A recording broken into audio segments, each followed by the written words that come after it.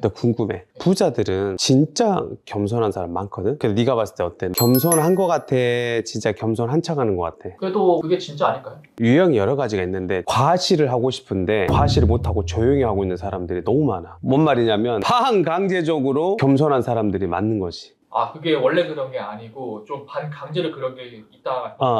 왜 그런 거예요? 왜냐하면 적이 너무 많이 생겨. 공격을 너무 많이 당하는 거지. 그래서 부자들이 나한테 늘 말해. 아, 호동아 괜찮냐? 아, 뭐한테 그렇게 얘기하냐? 조용히 살재. 어떤 부자들도 막 뉴스에 막 많이 나오냐? 기부를 다 때려 넣어도 결국은 오히려 세금은 세금대로 다 내고 기부금 이상으로 뭔 짓거려 그게? 아, 부자가 몸을 사리지 않는 게 오히려 이상한 거네요. 그렇게 될 수밖에 없다니까. 아, 최근에 SNS에 가난 챌린저를 해가지고 부자들이 가난한 척하는 글이 많이 올라오더라고요. 오메오메. 그거 말하지? 포르쉐 앞에서 김밥 먹고 와서 진짜 난 너무 가난해 힘들다 막 그런 거 말하는 거잖아. 그런 거 보면 진짜 성질 나불지. 그 애들이 진짜 세무조사 맞아야 돼. 근데 대표님 왜 영상에서 매번 본인 건물을 소개하고 막 정보 나누고 왜 본인을 드러내시는 거예요? 더 나은 부자들이 많이 더 알려주잖아? 그럼 나 진짜 안 해도 된다니까? 근데 다 숨잖아. 꽁꽁 숨는다고. 그래서 유튜브를 계속 난 끝까지 할 거야. 너무 성실히만 답이 아니라 공부도 해야 된다고. 돈 공부. 그래서 내가 놀 수 없는 이유야. 그리고 나는 부를 과시하지도 않지만 그래도 뭐 얘기한다면 난 이미 세무조사 다 맞았어. 그래서 난 지금도 당당하고 앞으로 계속 떳떳할 거라고. 다 잘 돼야 되니까. 이런 노력이 진짜 부자가 된다니까. 근데도 아직도 구독을 안 누르는 사람이 있다면 부자가 되겠냐? 구독을 안 눌렀다는 건 감사한 마음이 적다고 난 생각해. 감사하는 마음을 가진 사람은 그 운들이 딴 데 갔다가 이렇게 온다니까. 아, 근데 이 얘기를 하니까 너무너무 재밌는 얘기 또 생각나. 왜 부자들이 겸손하지 못해? 거지 코스프레라 하지? 그래야만 하는 이유를 내가 이야기를 재밌게 해줄게.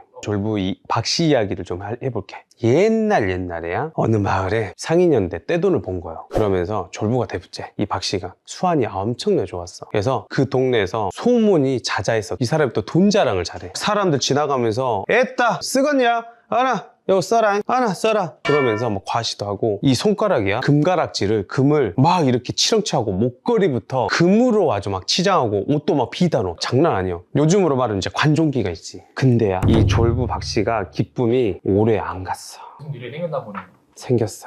일단은 먼저 동네 도적들 있잖아. 산도적들 있냐. 그 소문 듣고 이제 내려왔지. 앞 동네 산에 있는 도적들이 옮겨 뒷동네 어디 저쪽까지 원정 없어 도적들이. 야, 그 박씨 들었지? 맛집이요. 맛집이에요. 왜 맛집이라고 맞지? 자기들끼리 맛집이지. 네. 결국은 다 털어갔지. 거의 곳간을 다 털어갔다고 아주 쌩 거지가 돼버렸지 아주. 옛날에는 뭐 은행 그런 게 없잖아. 집에 막 놔뒀을 거 아닌가? 다 털어갔어. 하루 만에 집 빼고 다 털린 거네 완전. 자기가 그렇게 과시욕을 부렸잖아. 문제는 여기서 끝난 게 아니요. 이미 돈 자랑을 너무 많이 해놨잖아. 갑자기 마을에 있는 그 사또 있잖아. 부름이 왔네, 호출했네. 왜요? 너 이놈 새끼 세금을 제대로 안 내고 너 돈만 많이 번 것 같다. 너 세금을 더 거야 된다. 50만 양을 더 갖고 와라. 이렇게 된 거야.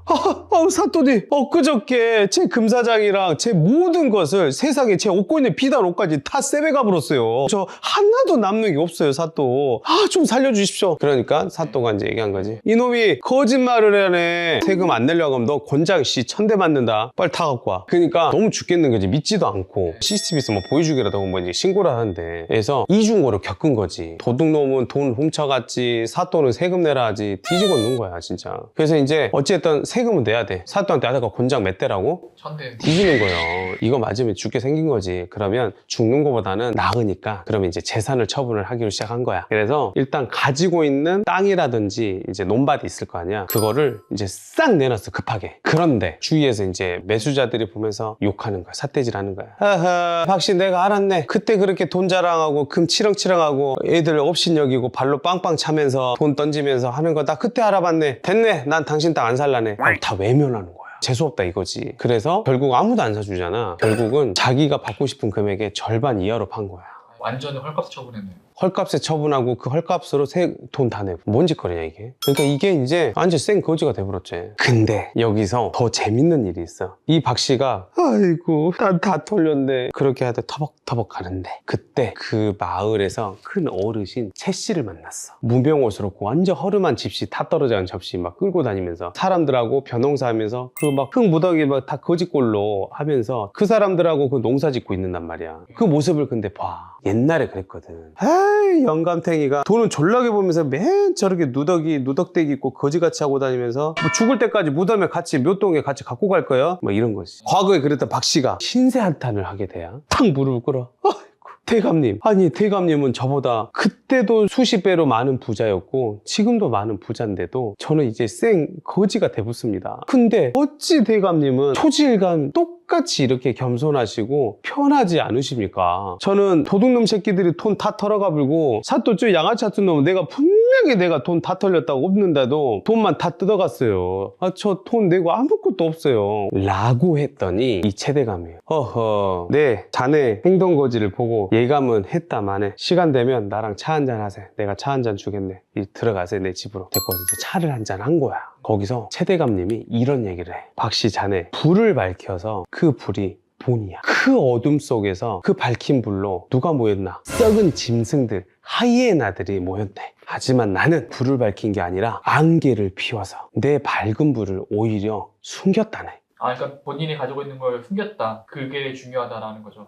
맞아. 더 숨겼다는 거지. 그러니까 박 씨는 무식하게 돈만 벌라고 쓸 줄만 알았지 뭔 말인지 몰라요. 그래서 물어봐. 아니 최대감님, 한계는 뭔 말이고 불을 감춘 건 뭔 말인가요? 더 쉽게 내가 몇 가지를 이야기해 줌세 하면서 첫째는 내 낡은 집신과 무명옷이라든지 거칠애로 보이지 않았던 이런 모습들이 시기 질투한 사람들 있지, 도둑놈들, 도적들 있지, 얘네들로부터 가릴 수 있는 가장 튼튼한 갑옷이 되었고, 둘째는 저기서 먹고 있는 저런 소박한 밥상들은 나한테 늘 찾아오는 탐욕스러운 더러운 권력들을 피하는 방법이며, 왜? 탄간오리 막 그런 거 많았잖아. 그래서 그 얘기를 해주는 거야. 끝으로 셋째는 내가 늘 겸손을 쌓지 않았나? 그 겸손들이 결국은 그 덕이 나에게 다시 돌아와서 많은 사람들이 내가 힘들고 고통스러울 때나 모든 사람들이 호의적으로 만들어주는 부적이 됐다네. 그리고 최대감이 진짜 박 씨한테 다시 잘 되라는 마음으로 얘기를 해줬어. 뭐라는 줄 알아? 내가 살아보니 진짜 부자는 돈으로 자신을 높이는 게 아니라 그 돈으로 자신의 자유와 평화, 행복을 조용하게 누리는 사람인 걸 절대로 잊지 말게. 이렇게 얘기해 준 거야.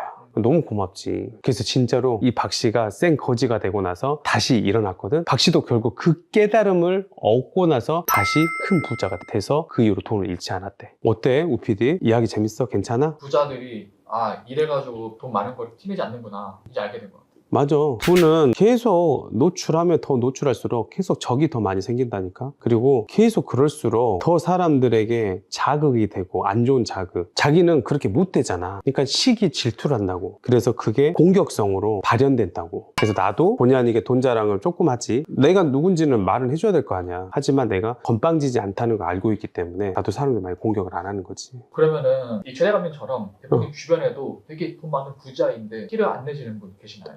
엄청 많다니까. 선배님, 형님 나아주면 좋겠는데 안 되는 분들이 너무 많다니까. 얼마나 부자예요? 몇천억 부자, 뭐 몇백 부자 뭐 많지. 근데 뭐 이해는 가지. 난 그거 갖고 서운하고 뭐 그러지 않아. 그리고 또 이제 본인이 이제 뭐 성향이 아이거나 뭐 내성적이나 뭐 그럴 수도 있는 거고. 그리고 나같이 이렇게 어설픈 부자는 좋은 차 타고 다니고 막 쓰고 다니고 하지만, 진짜 부자들은 차 20년 차 타고 다니고 그냥 뭐 소나타 타고 다녀. 동대문 면티한 그런 거 있지. 그런 것도 입고 다녀.